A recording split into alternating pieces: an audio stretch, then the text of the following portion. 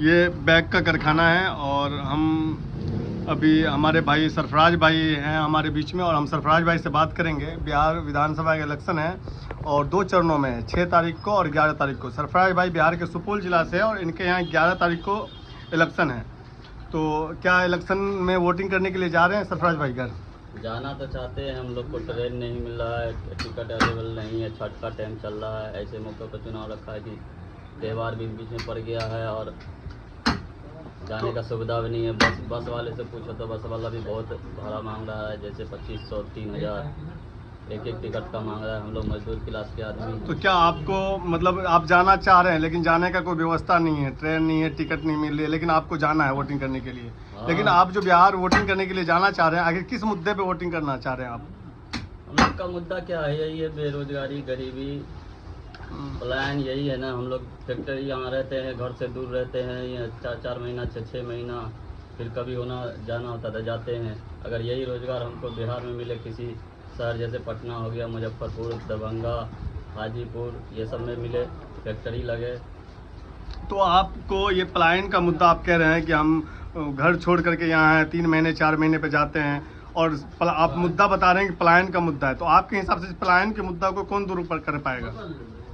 देखिए, कोई पार्टी या कोई ये नहीं कर सकता है। ये जो है हमारी केंद्र सरकार से करे, केंद्र सरकार उस राज्य में रोजगार लगवाए।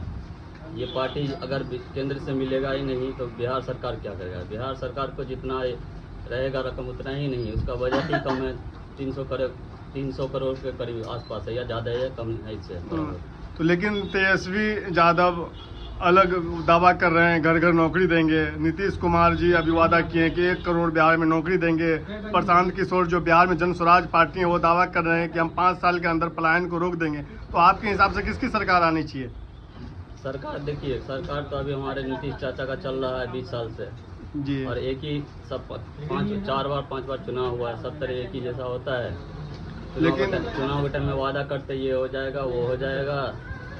लेकिन नीतीश जी देखिए, जैसे 10-10 हज़ार रुपया दिया सब, 10-10 हज़ार, उसमें से अगर 80% समझिए 10 हज़ार उठा के और 10 हज़ार का लोन ही भरे होंगे। अगर पूछ लीजिए, नहीं है तो जमीन पर उतर के देख लीजिए कि 10 हज़ार से ज़्यादातर 10 हज़ार का लोन ही भरे होंगे। लेकिन नीतीश जी एन टाइम पे हर महिला को 10-10 हज़ार रुपये दिए हैं। क्या आपको लगता है कि 10-10 हज़ार रुपये दे के महिला का रुख अपने तरफ कर पाएंगे? हर महिला उत्साहित है कि जी नीतीश जी को वोट देने के लिए। इस पर क्या कहेंगे आप? नीतीश जी जो थे उनका एज भी हो गया है और हम लोग को युवा चाहिए। कोई भी युवा हो तो वही आगे देश को एज से मतलब है आपको? देखिए, नल जल योजना, गली मोहल्ले में रोड नाला सड़क का व्यवस्था जो है नीतीश जी ठीक कर दी है, उस पर क्या कहेंगे आप? देखिए, सड़क और गली मोहल्ला जो है, हम लोग रहने वाले हैं सुपौल जिला से जी। सुपौल जिला का रोड का मामला है, सब जगह बढ़िया है, सब जिला से। मगर खाली रोड से नहीं हो जाएगा, रोड पे फैक्ट्री उसके साथ में चाहिए, रोजगार चाहिए, कपड़ा का फैक्ट्री हो, बैग का फैक्ट्री हो, कुछ भी हो, और भी बहुत सारे रोजगार है, जैसे मिल हो कोई। तो आपको क्या लगता है कि जो आप कौन पार्टी आगे उसको सही कर सकता है? कोई एक पार्टी आपके नज़र में होगा ना जो अच्छा है, ये सही कर सकता है, मतलब गठबंधन कर सकता है, एनडीए कर सकता है, जन स्वराज कर सकता है? कौन पार्टी आपके हिसाब से सारे आपका जो समस्या है, आपका जो मुद्दा है, उस मुद्दे पे खरा उतरेगा? कौन ऐसा पार्टी जो खरा उतरेगा?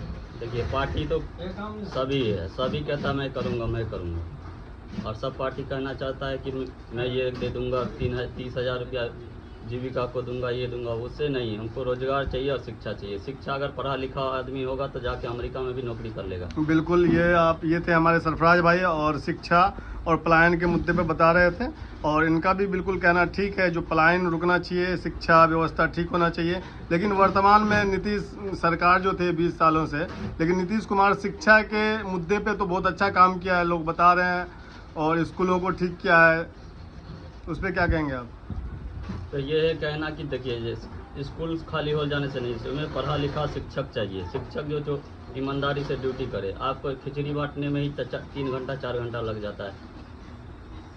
आपके हिसाब से स्कूलों में मतलब पढ़ाई से मतलब शिक्षा मतलब सही नहीं है? शिक्षक आपके हिसाब से पढ़ा लिखा शिक्षक नहीं है? भी सरकारी काज है यार, कर्मचारी है, बिल्कुल ईमानदारी से काम नहीं कर रहे। तो आपके हिसाब से सरकार कौन आके सबको ठीक कर देगा? कोई होगा ना आपकी नज़र में ये सरकार आएगी ये ठीक कर देगा, जो स्वराज आए, देखिए, कोई- एनडीए आके दोबारा ठीक कर दे, या गठबंधन आ जाए, कौन आपके हिसाब से कौन एक आपके? देखिए, कोई भी सरकार बने या वो घर घर नहीं आएंगे आपके पास। आपको अपने खुद उठना पड़ेगा और हर क्षेत्र से युवा उठना पड़ेगा।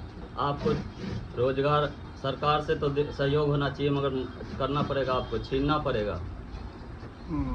जब तक गांव से नहीं उठिएगा, मोहल्ला से, जिला से नहीं उठिएगा आप, तब तक आप सरकार के भरोसे कब तक रहिए? अपने भरोसे उठिए। तो आपके यहाँ सुपौल में मिन्नत रहमानी और विजेंद्र प्रसाद हैं, दोनों में टक्कर है, मतलब इस बार कांटे का टक्कर है। तो आपको क्या लगता है दोनों में इस बार किसकी जीत की परचम लहरेगी?